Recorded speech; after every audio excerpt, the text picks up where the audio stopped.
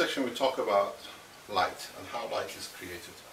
Usually in the nuclear physics we recognize electron of an atom where through a fuzzy light or fuzzy cloud which is rotating around the proton.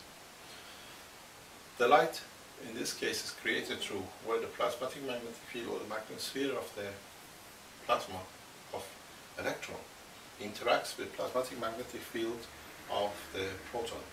And what is left as a residual magnetic field is light. The same process is repeated when we look at the plasmatic magnetic fields when derived from the, for example, the sun to the plasmatic magnetic field of the earth. Somewhere away from the earth on the upper atmosphere, the two plasmatic magnetic fields interact and they slow down because they collide with each other. It's collision. And when they collide, the plasmatic magnetic fields left over, or magnetic fields left over, is light, and that's how light is created, through the interaction of the two plasmatic magnetic fields. When they slow down, we see the slow version of it as light. In reality, when the magnetic field has slowed down to produce light, therefore the light cannot be the ultimate speed that it has been considered up to now in the world of science. The light is part of the overall spectrum of the speed, and in so many ways it's very easy to know how it's created. What we've done through our developments, we have developed reactors which actually create very simple reactors like this. This is exactly spherical, the same as the Earth. The magnetic field created around these reactors are beyond, when they reach beyond the boundary of the reactor, they interact with the plasmatic magnetic field of the Earth and they create light. They create the shining lights. In so many ways, now we can explain.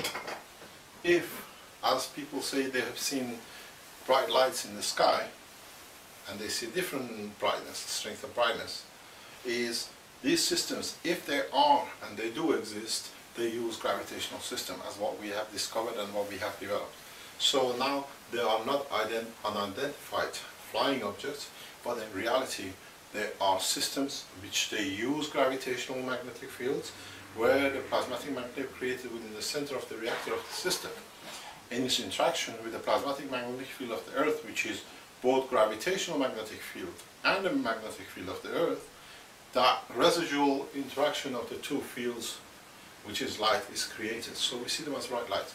They come with a different intensity because of how we see the same principle in the universe. We see stars with different intensity. The intensity comes literally from the strength of the plasmatic magnetic field created inside the star interacting with the hydrogen plasma on the top layer of the star. The plasma's magnetic field of the hydrogen is constant. The only thing which can differ is the strength of the plasmatic magnetic field which is created within the center of the star. So the star is stronger, they create an intenser light. We see the same thing with our reactors. When we use a stronger magnetic field, create a stronger magnetic field internally, we see a brighter light around them. So we know the answer to UFOs. They're not UFOs, they're gravitational systems.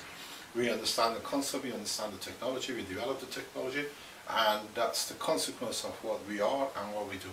What we have realized is that, as you see, there is another reactor. Most of the objects in the universe are literally circular, spherical, as you see. We never see in the universe a cylindrical object or any other shape. This is the reason why the magnetic fields entangle, they link up to each other, so they make a spherical shape. And that's how the spherical shape is created. At the same time, we have developed half spherical reactors because we find it's much easy to manage for the space technology. So, in so many ways, we see half disks flying in the sky, we developed a half disk system, and they work. On the other hand, it comes to one of the most fundamental principles in the world of science. Why light bends near objects like stars, near objects like heavy gravitational centers. Light is magnetically based. And for the first time, we, as explained earlier, gravitational fields are created through interaction of magnetic fields. So gravitational fields are magnetic field based. So two similar things interact. And that's why we see the bending or the lensing of the light. At the same time, we come to another phenomena of what we call the dark lights or dark spots on the sun. Dark spots on the sun appears very much during every 10.5 years, 11 years cycle of the polarity. When the magnetic field in the center start moving, so there is more interactions with the top layers on the surface, because the magnetic fields of the center of the planet or the star are created through hydrogen atoms, and the surface of the hydrogen atom too of the plasma of the same, they create a balanced fields, or they create what they call the dark spots, which means in reality there is less fragments of light left to create. The same principles applies to the rings of the Saturn, and the same principles about dark matters, which we have explained in the book. On the other hand, what is very interesting is that from now on we have developed, we know the technology, how to make crafts that are mass independent, because now the mass is totally independent of the where the star or where the system is. We know how it works. We hopefully can use this technology for the advantage of humanity. And at the same time, the same principle, the same concepts of having, in reality, understanding that the plasma is made of the matter, the dark matter and antimatter, and the residual magnetic fields within it. Doesn't matter if it's a proton, if it's an electron, or if it's a star. The whole thing, once we understand this concept, we can use it for different purposes. For example, we have reported in the past, very recent past, that we have managed to coat diamond structure materials on wires. We've taken this knowledge from the same, what we spoke about, into medical side. We see how MS can be eradicated very rapidly with understanding and use of this technology. How other illnesses which we have trial tested have been eradicated. Maybe at the end we can conclude in one thing. That is where we started this discussion regarding the fire, burning of the wood, and at the same time we have to depart from this ethos of burning.